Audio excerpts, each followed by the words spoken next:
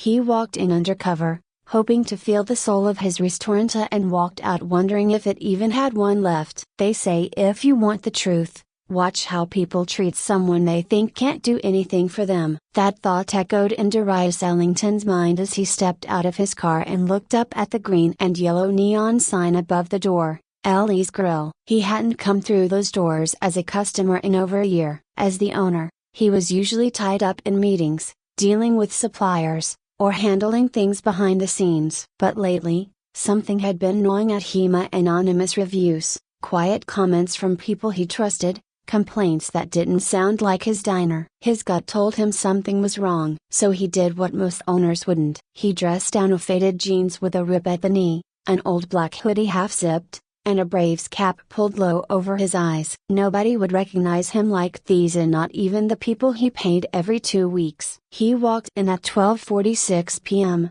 right in the middle of the lunch rush. The smells hit him first: a slow-cooked brisket, sweet cornbread, the sharp dang of barbecue sauce. It was the kind of scent that could make you forget your worries, even if just for a moment. His grandma, Ellie, used to say food was just a warm hug with flavor. This place was supposed to feel like that, like her. But as Darius stepped into line and glanced around, something felt off. No one greeted him, not even a glance or a smile. One of the cashiers, Kendall, a lanky kid with short twists and a perpetually bored look, was tapping away on his phone under the counter. The other, Marina, was chewing gum so loudly he could hear it over the country music on the speakers. Next, Marina said, not even looking up, "Can I get the pulled pork sandwich and a side of baked beans, please?" Still no eye contact. She tapped at the screen. "That it?" "Yeah, thanks." He paid in cash and stepped aside to wait. That's when he heard it. "You see him?" Kendall smirked,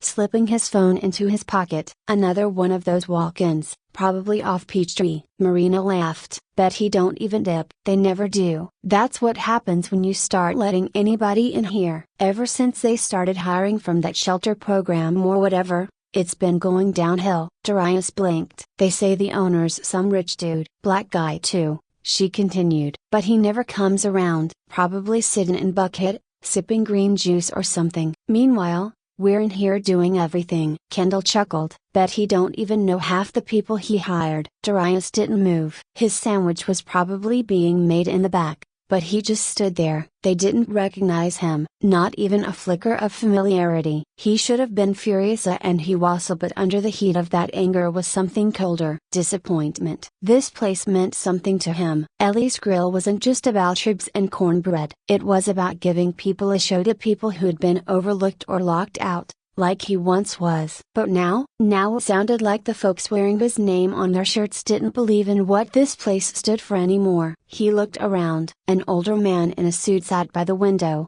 frowning at his drink. A young mother tried to calm her toddler while waiting for a server who hadn't shown up in 10 minutes. No laughter, no warmth. Ellie wouldn't have recognized this place. Darius turned, walked to the counter, and said, "Actually, cancel that sandwich." Kendall barely looked up. "You sure?" "Yeah," Darius said flatly. "Lost my appetite." He stepped outside, pulled the door closed behind him, and sat in his car, staring at the steering wheel. The air felt heavy. His fingers tapped a slow rhythm on the dashboard. He wasn't sure what stung more, the fact that they didn't know who he was, or that they didn't care. But he wasn't done. Not even close. He had to find out just how deep this rot ran, and to do that, he needed to listen before he spoke. Darius didn't drive away right away. He leaned back in his seat, engine off, hoodie bunched behind his neck. The words still echoed in his ear, said that lazy mockery, the casual cruelty. It wasn't just what they said, it was how easily they said it,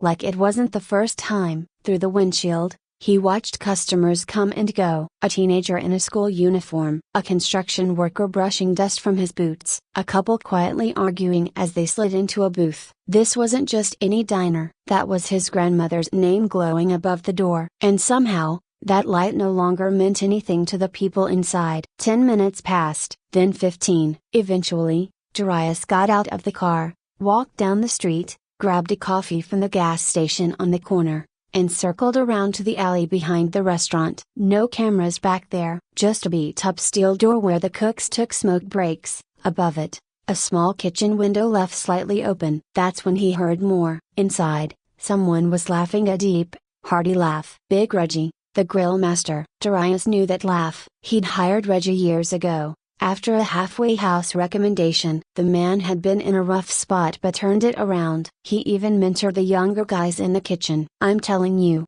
man, Kendall's voice rang out again. He ain't never coming back. If he does, it'll be in some fancy suit, acting like he invented gumbo or something. Laughter. Yeah, Marina chimed in. Mr. Ghost Boss said that's what I call him. Got his little picture on the wall but never shows up. What kind of boss runs a place like that? Reggie didn't laugh. Darius heard a chair creak. You know he started this place with like $200 and a smoker in his driveway, right? Reggie said, voice low. So? Marina shot back. So watch your mouth. Reggie muttered. This ain't just a job for some of us. Some of us remember what this place used to mean. A long silence. Kendall scoffed. Man, relax. You act like he died or something. I'm just saying if he don't care enough to show up, why should we care more than we have to? Reggie exhaled loud enough for Darius to hear through the window. Keep talking like that, he said, and you'll find out real quick why folks don't stick around here. Respect goes both ways. Darius stepped back from the wall. He didn't know whether to be proud of Reggie or ashamed that Kendall and Marina had slipped through the cracks. Where had he gone wrong? When had being hands-off become being absent? He remembered Deli's words, the words she'd say while stirring greens in a tiny kitchen in Moan, Georgia. You can't plant a garden and forget to water it, baby. Don't matter how good the seeds are. He'd hired good people, but he left them unsupervised, unguided, alone. And maybe that was worse than being a bad boss or being invisible. But before he made any decisions, he had to see more, hear more. Marina and Kendall straightened, but neither said a word. You two, Darius said. Come with me. He headed toward the back and held the door open without looking behind him. After a pause, they followed. They stepped into a narrow hallway near the pantry. No customers. No eyes, just the three of them. Darius gently closed the door behind them. I'm giving you this moment, he said, his voice low. Speak freely. Tell me what this place means to you, or if it doesn't mean anything at all. Kendall let out a breath and looked away. Marina crossed her arms. Darius waited. I mean a broken bar. I just work here, Kendall said eventually. It's not personal. It's a paycheck. Then you've been cashing the wrong kind of check,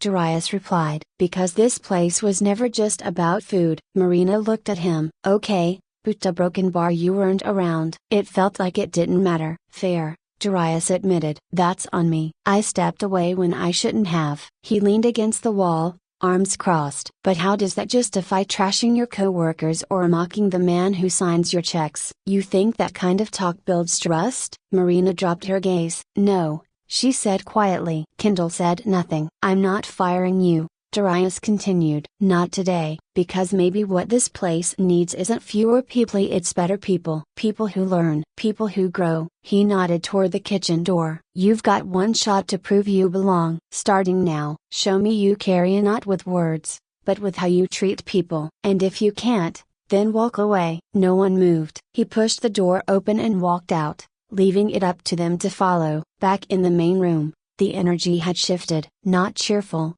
but sharper, focused. Darius clapped once. Alright, we open in 30. Let's see if Ellie's still in this room. Even as they got to work, he knew this wasn't over. Not yet. The real test was still coming. By 12:05 p.m., the lunch rush was in full swing. A line had formed, curling near the front door. Regulars mixed with first-timers. Kids begged for extra fries. A man in overalls read a folded newspaper while sipping sweet tea. Life poured into the diner the way it used to. But Darius didn't sit back. He stood by the coffee station with a notepad, quietly observing. No shouting, no micromanaging, just watching. Sheriff commanded the grill like muscle memory. Reggie moved through the kitchen like a conductor. Tiana visited each table with a warm smile, her quiet jokes actually getting laughs. At the register, though, things were shaky. Marina was trying. You could see it. She smiled more, stood straighter, said thank you like she meant it. But it was awkward, like wearing new shoes that hadn't been broken in. Kendall stayed quiet,